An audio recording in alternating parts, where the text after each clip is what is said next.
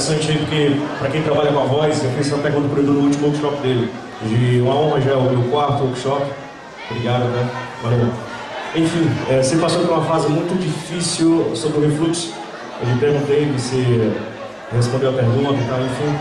E você disse que foi um tormento muito grande. Eu passei recentemente esse problema, o refluxo, o suco gástrico. E quase morri mesmo, assim, um negócio muito louco, dormindo. Você disse também que foi dormindo também, no esquema. Qual foi o processo que você usou de cura, de recuperação? E uma dica importante para quem trabalha com a voz, que tem muita sobrecarga, exigências de show, eventos, enfim. O processo de cura que você está usando, dicas importantes que você usou, todo o processo, e uma dica para quem trabalha com muito evento, né? Enfim, obrigado, valeu. Valeu. Bom, então, o tratamento do refluxo, para quem não sabe, a gente que é cantor, a grande maioria trabalha muito com diafragma e tal, tem um problema que a válvula que se fecha, né, para quando a gente faz a digestão pro suco gástrico não subir, essa válvula fica meio frouxa assim, né? Então, eu fiquei com a válvula meio frouxa, né? Que é meio muito, não é muito legal. E aí, você queima filme da porra. Aí o que aconteceu? Esse ácido sobe, principalmente quando a gente está dormindo, você deita, né? Obviamente, lei da física, e se você tomou bebida ou comeu alguma coisa, esse suco gástrico sobe e queima as cordas vocais. E aí, eu fui descobrir isso muito depois, e aí tem um tratamento com remédio, né? Eu tomo um remédio chamado Nexium, mas você precisa de receita para comprar e tal. E aí, esse remédio que controlou tudo, e aí eu mudei a alimentação, não fico mais comendo tanta coisa, principalmente antes de show, porque quando eu tive problema eu não sabia o que era, então eu comia normal, mas não dá, tem que comer comidas que evitem essa acidez demais, né? E eu jamais comi e deitei, também é muito ruim o cara que come e deita, porque aí sobe mesmo o suco gástrico. Então são várias coisas que eu tive que fazer para tratar e para a voz voltar, porque o refluxo, ele vai dando uma alergia na corda vocal, vai queimando, e aí para recuperar a corda vocal do jeito normal demora uns 15 dias. Então o que acontece? Você está recuperando. Dentro desses 15 dias, se tiver um ataque de refluxo de novo, mais 15 dias, entendeu? Então você fica eternamente com essa porra e não acaba nunca. Aí daí, se você falou, falta de ar, porque ele dá alergia no pulmão, uma série de coisas. Mas então alimentação, remédio, né?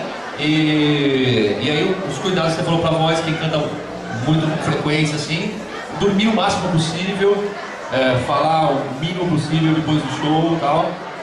E é isso, basicamente é isso aí.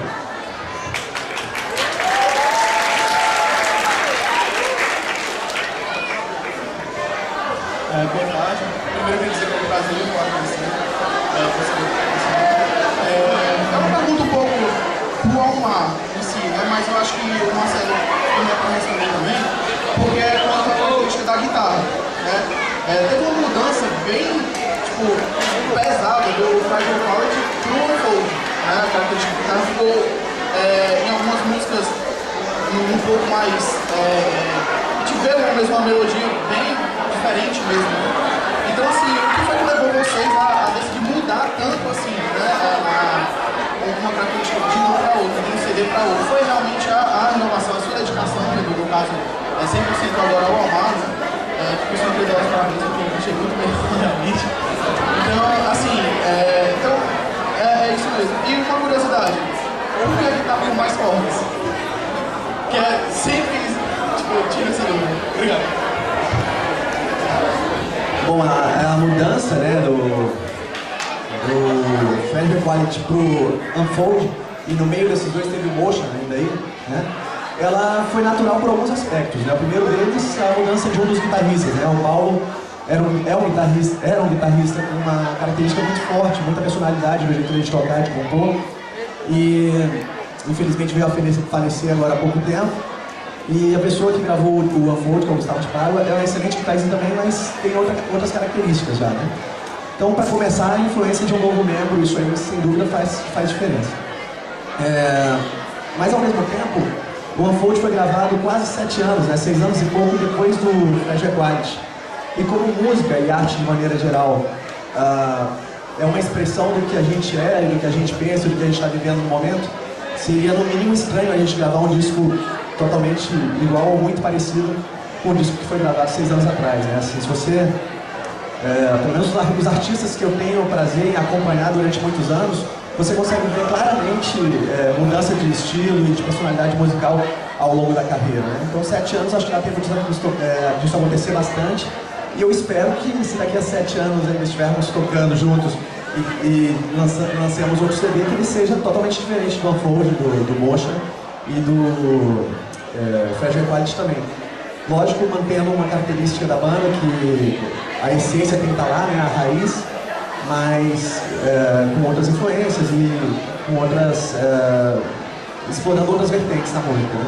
Quanto à guitarra de 7 cordas, a gente optou por fazer um som mais pesado e mais moderno já no Motion, né? E a guitarra de 7 cordas, ela tem uma corda mais grave, é um Si, um Sizão, é praticamente uma corda de baixo, né? Então a gente consegue alcançar notas mais graves e com isso dá mais peso para a música, explorar riffs mais pesados e mais interessantes porque a gente estava a fim de fazer, basicamente isso.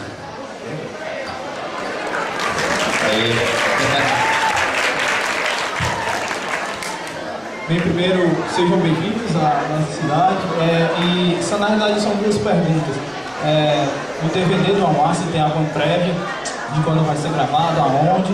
E a segunda pergunta assim, em relação a mais questão de business, assim, porque a gravadora a gente sempre vê lá, tal, JVC e tal, mas assim, eu sempre tive a curiosidade de saber até que ponto ela colabora, principalmente financeiramente, na gravação de CD.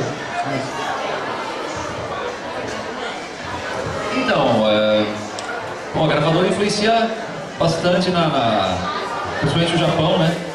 Que é a gravadora que mais ajuda a gente a bancar o disco, né? Mas todas as outras gravadoras dão uma grana pra gente poder fazer o disco, realizar o disco, né? Então, aí o Japão exige só, tem que ter um bonus track e tal, né? Às vezes eles reclamam um pouco da data, a gente quer lançar primeiro, antes que todo mundo, tem umas coisas assim.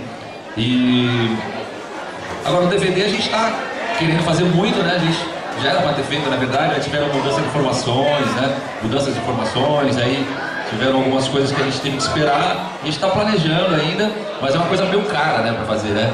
Não dá para chegar, gastar uma puta grana, senão dá loucura.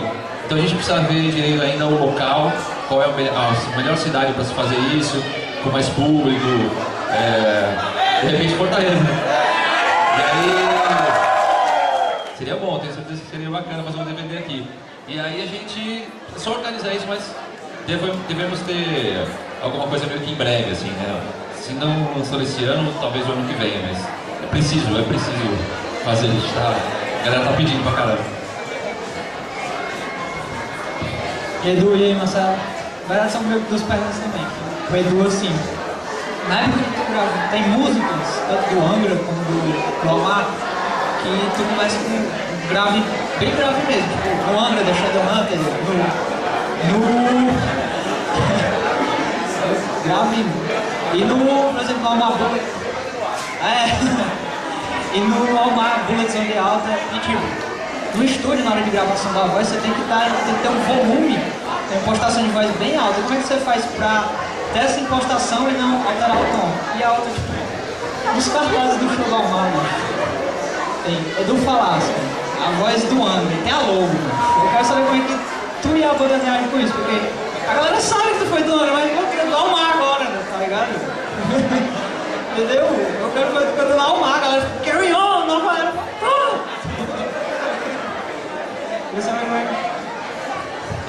E aí, o negócio da voz, os graves atenuados, graves belíssimos e tal. Vocês conhecem o vídeo daquele cara lá, o Magnata Roniel? O cara é gênio, né? Ele fala, foi uma brincadeira porque esse vídeo do Magnata Roniel é o cara do YouTube aí que ensina umas técnicas de canto mais malucas assim, né? E ele fala isso aí, né? A galinha tem graves belíssimos. Genial. Então assim, não, a impostação depende de cada música, né? Depende de como você vai colocar Então, por exemplo, a Trace of Trade tem partes que são mais graves no começo, aí o refrão já é mais alto. Então, na gravação eu gravo separado, né?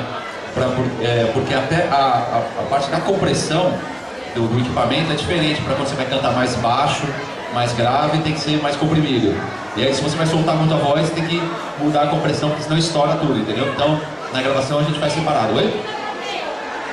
Não, no show a gente tem a compensação dos compressores que tem da própria mesa de som, só que tem a distância do mic que a gente consegue tirar e tal. A gravação de disco é mais complicado porque é muito mais sensível, né? Então é tudo muito claro, assim, então não dá pra fazer na sequência, entendeu? Então balada, quando eu canto mais suave e tal, os caras aumentam a compressão, porque senão os volumes ficam muito diferentes, né? Agora ao vivo, como tá a banda junto, mais barulho e tal, acaba não influenciando tanto, assim, né? Então basicamente é isso. O Marcelo vai responder a outra questão. A questão da logo do Angra, no cartaz do Almar, né, que o pessoal falou muito disso aí na internet, inclusive na época, e às vezes, apesar de hoje em dia ter internet, a gente tem essa proximidade com o fã, é difícil explicar algumas coisas. Essa, por exemplo, é algo que é atribuído a nós e que a gente não tem participação ou culpa nenhuma nisso, né? O contratante contrata o show da banda, faz o cartaz e muitas vezes, o que é até um erro, sem passar pela aprovação da banda, o cartaz é divulgado. Aí tem lá, né? Ele acha que isso, e faz até um certo sentido, vai ajudar a vender ingresso. As pessoas, de repente, que não conhecem o Almar, mas conhecem o Angra, vão saber que o vocalista, né, tem uma história que passa pelo Angra. Então eu acho que a intenção da pessoa que coloca isso no cartaz é essa. E a gente não, imagina, a gente nunca pediria para, né, nem para colocar a música do Angra no repertório, e mesmo muito menos para botar o nome de outra banda para divulgar um show que é nosso, né? As pessoas que são fãs do Edu conhecem a história dele, sabem disso. E o Almar já tem 7 anos, eu acho que o pessoal que curte esse tipo de música já sabe da existência da banda. Com relação a repertório, por outro lado, não tem como negar o tempo e a carreira do Edu, e quão importante foi para ele, né? E para nós também, tendo ele na banda, esse momento dele no Angra. Então a gente vai estar sempre tocando uma música ou outra, principalmente as que ele compôs, né? A gente opta por tocar as músicas que foram compostas por ele, porque aí sim faz o link entre o Almar e o Angra, e aí faz algum sentido, mas não como uma parte grande do show, e sim como um momento especial ali para honrar, né, e prestigiar os fãs com esse momento. Simples. O Simples foi minha primeira banda, vamos dizer assim, mais profissional, né? Mas é bem antiga, assim, de 1998. E aí... mas é uma banda que, assim, tem uma galera que gosta, mas não tem expressão do Angra, né? Por isso que a gente toca o Angra, né? Mas respondendo o que ele falou, o Almar hoje já é uma banda consolidada, entendeu? Então, na verdade, a gente faz uma música ou duas no máximo do Angra no show do Almar, porque não precisa ficar tocando o Angra mais, né? O Almar já tem uma carreira, já tem fãs do Marcelo, fãs do Moreira, fãs meus que me seguem desde o Angra, agora fãs do Diogo, né, do Rafael Davos, que é o baixista. Então, a banda já tem uma construção histórica aí que já anda sozinho.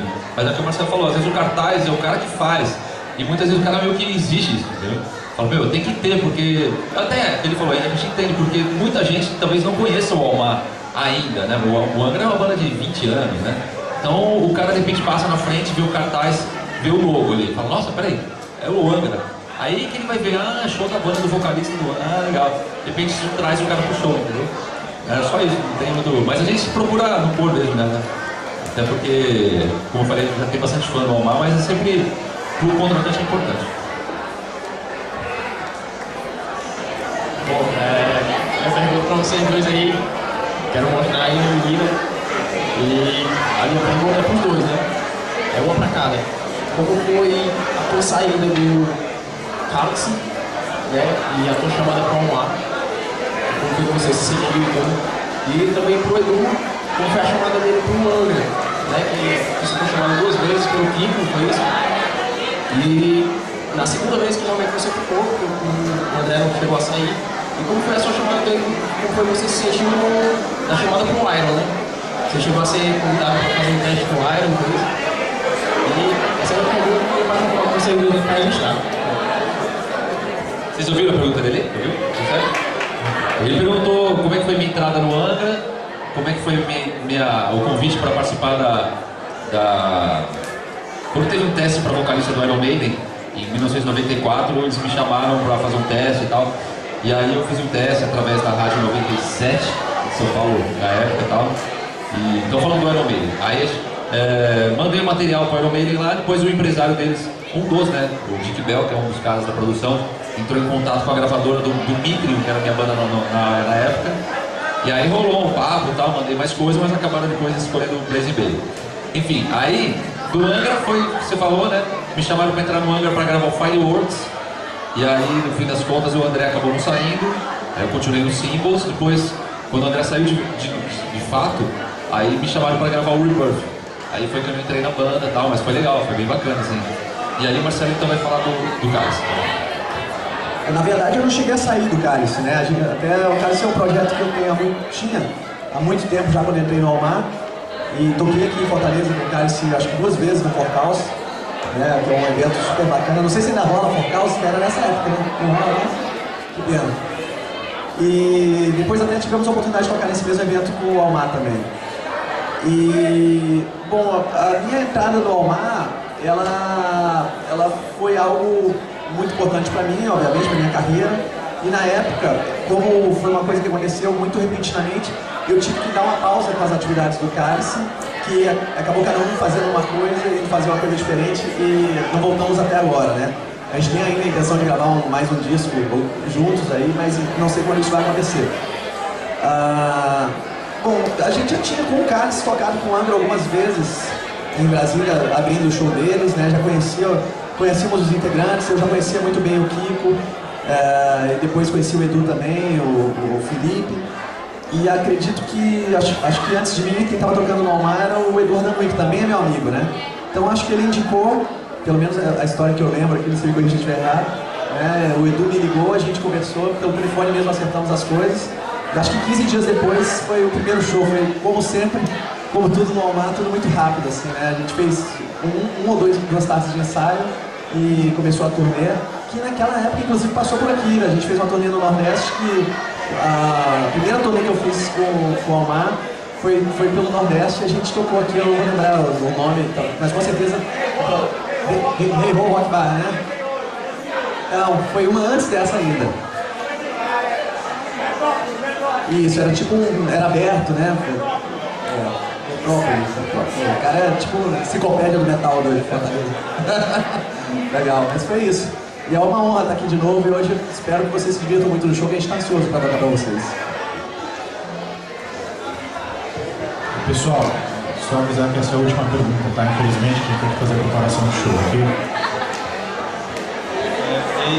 Eu queria saber a questão da tua mudança de vocal do Fragile Aquatic, do Rebirth, que era bem mais melódico para esse tom mais grave do foro e no outro. Eu queria saber o porquê, se foi uma questão de saúde mesmo ou foi pelo fato de se sentir melhor quando eu vi que eu estava cantando